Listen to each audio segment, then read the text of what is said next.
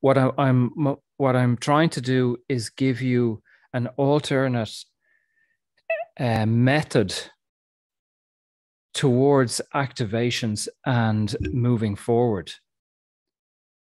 I thought I'd speak a little bit about activations and the space that's required to allow ourselves to receive or allow ourselves to be activated. Something shifts, something changes you.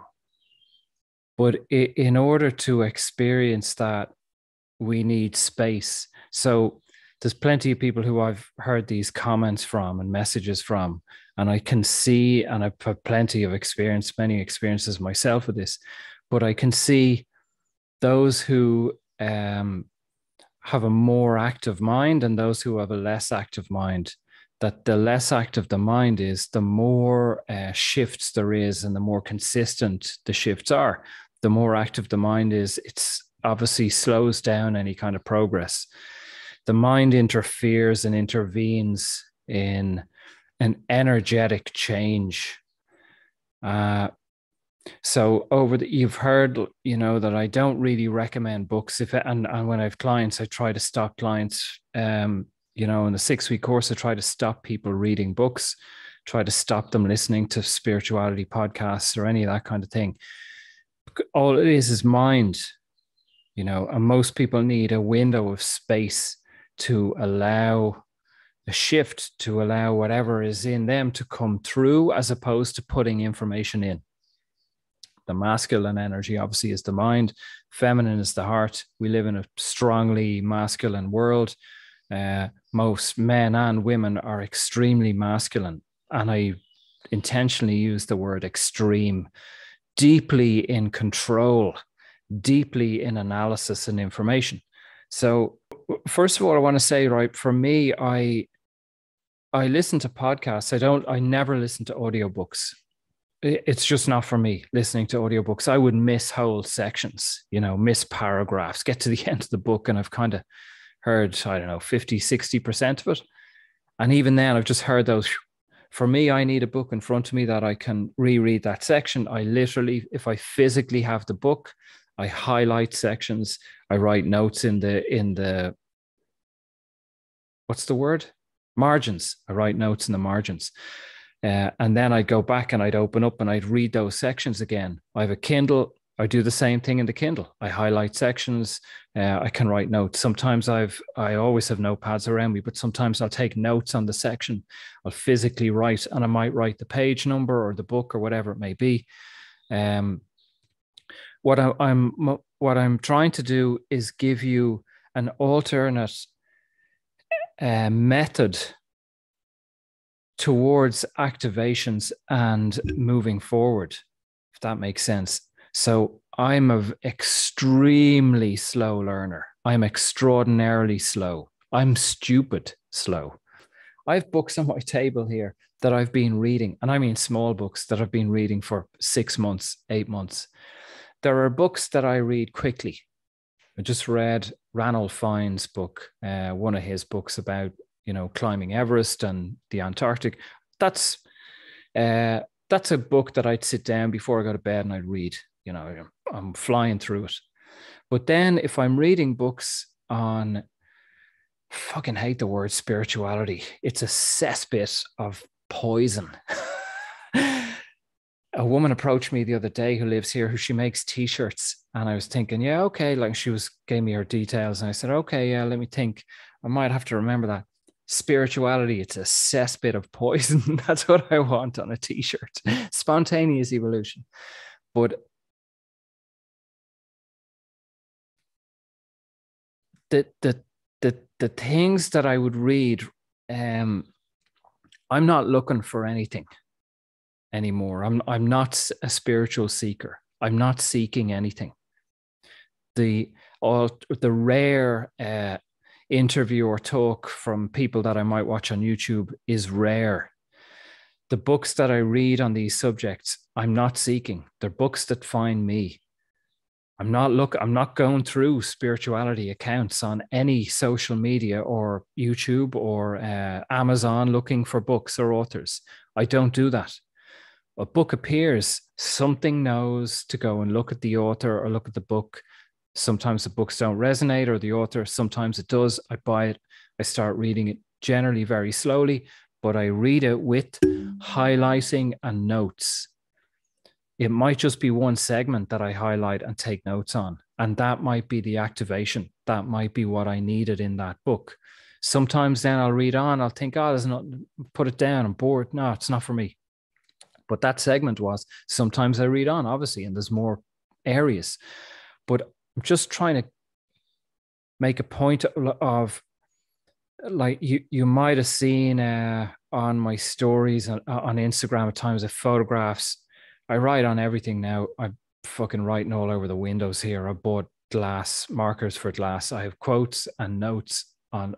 My landlady would probably go bananas if she came in. But so you'll see in photographs of quotes, or you will see at times, like everything. The reason I do that is that if I can open my phone and read what I wrote earlier on, I came out of meditation. This is what I wrote. I'm not trying to get this intellectually. I'm not trying to get any of this intellectually. That's easy. You can do that in seconds. You can reread the quote one time, two times. I put quotes every day on my Instagram stories. They're quotes for clients or for people in on this path. They resonate. I don't recommend reading the quote, going on to the next quote. Oh, it's a nice image, going on to the next quote. That's not really what I do. So I'm not trying to get this intellectually. That's easy. It takes seconds. I'm aiming to get this experientially. The answer of what you're looking for is not in the book. There's two reasons, right, that I don't recommend books to people, or I'm skeptical and rare. It's rare occasion. One is because people think that the answer is in the book.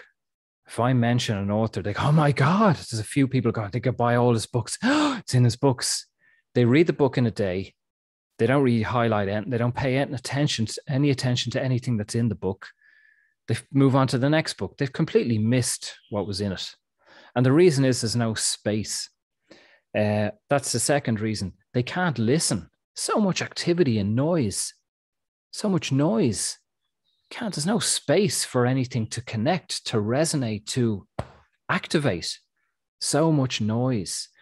So when I'm reading when I'm reading my book before bed, I'm reading it, I'm enjoying the story, be it fiction or be it, I love biographies of people's life stories. I'm enjoying that and I go to sleep. When I'm reading deeper work, I pause, I sit down, I maybe read one page,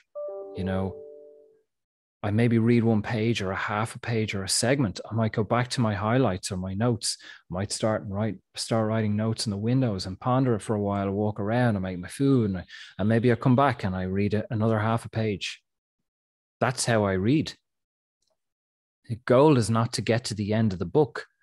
I mean, I have The Red Line by Maria Zeppes on the table in front of me. It's fallen apart. I'm wondering, can I buy glue and glue the pages back in? I've read it so many times. I've read so many sections. Each time I read it, I'm highlighting sections. I'm taking notes in the margins. There's so much depth in it to allow space. And I see it in people. I recommend books. They listen to the book. Yeah, listen to it. Didn't really get anything. Did you read that book? Yeah, I read it. Read today. Don't really know what he was talking about. No space. So much noise, clutter. And some of the books that I've recommended to people, I genuinely mean this, are books that have fucking completely changed the direction of my life. And I see it and I pass it on. They don't, yeah. But there's deep, profound stuff in some of these books that I've recommended that like I go back to again and again. I go back and I get more, the fucking depth. They're written by people. Even if you want to discard the book, they're written by people who are well along the path, way beyond me on this path. deeply embedded in living the path, experiencing the path. So there's frequency in those books, but you have to be still enough to allow that in, to allow that information in. It's the same as these fucking podcasts. I mean, if you're cleaning your kitchen now or driving your kids to school, telling them to shut up, yeah, not much going to win. No space. We're dealing in frequency. It's not about words. It's not about the understanding or accumulation of information. Like the mind can only take us so far, and eventually you need to step away from that. And I do see that some people can't do that. They're not ready yet. They're still convinced that the next course, the next book, if I learn a new technique, it's not in all that. The reason I'm here saying this and the reason you're listening is something in you knows you can skip all that shit. You don't need to buy 40 more books and do 50 more courses and learn new techniques and analyze this or that. The being is ready. You can just quiet all the shit and the noise. I would even say like it may be worth re-listening to this, and taking notes on that, allowing yourself the space to be activated, to receive frequencies. It's a key and a lock to change you. It's possible. And in those moments that you think, yeah, I read that book, I didn't get anything. Oh, I listened to that, whoever, it didn't really get anything. Well, look back at you. Look back at your role. How busy were you with cleaning the house? Did you have the fucking Hoover on? You're washing the dog. Were you still? Were you allowing your being to work and to receive? Anyway, I'm out of time. Thanks for the feedback on the video that got banned from YouTube. I don't think I said anything radical in that at all. I think it's just the algorithm plucks them out of the air and goes, no, we're not allowing him. On another note, I am considering opening my doors again to another retreat in potentially June and or September.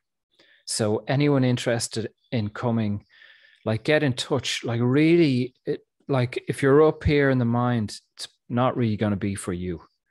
But if you can connect to a sensation and an awareness in your own instinct to feel in, that's where your guidance is. That's all I live by. That's all you need. So you're welcome to come and live with me for 5 days. We can do some work together. You can see how I live, that it's not just, I don't just turn on the video and go, got to be spiritual for 5 minutes or 10 minutes. I'm going to try and convince these people. This is pretty much how I live. Fucking writing all over my doors and windows. I'm taking notes all day. I'm in meditation on and off, going for walks. This is kind of how I live. So if you want to be immersed in that way to change yourself on a deeper level, this might be for you. It's generally not for people who have not worked with me. If you have never worked with me or been to a Sunday Zoom and you flew in here, the week would be kind of confusing. And you get back on a plane, you wouldn't really know what would happen. You'd be in work on Monday morning, kind of be a waste of money and time. Whereas if you've done or wanted to do a refresher, or you wanted to do the beginning course, what we could do is 5 or 6 weeks of the course, timed that you then arrive here and work with me for a week. That would be brilliant. Like, I'm not really interested in just getting clients, churning through clients. I'm interested in people actually changing. If I wanted to churn through clients, I could put out loads of gimmicky little things that are kind of cheap and, here, this is what I do in a booklet. And, I don't think that works. Like, what I do is to take people through 6 weeks that fucking changes you, that you have pretty much constant contact with me if you need. I'm available all the time. And then you have the Sunday Zooms for 10 weeks. It works out 10 Sundays in a row. Like, and that separates the men from the boys. People who aren't ready for that, they're not ready to go there.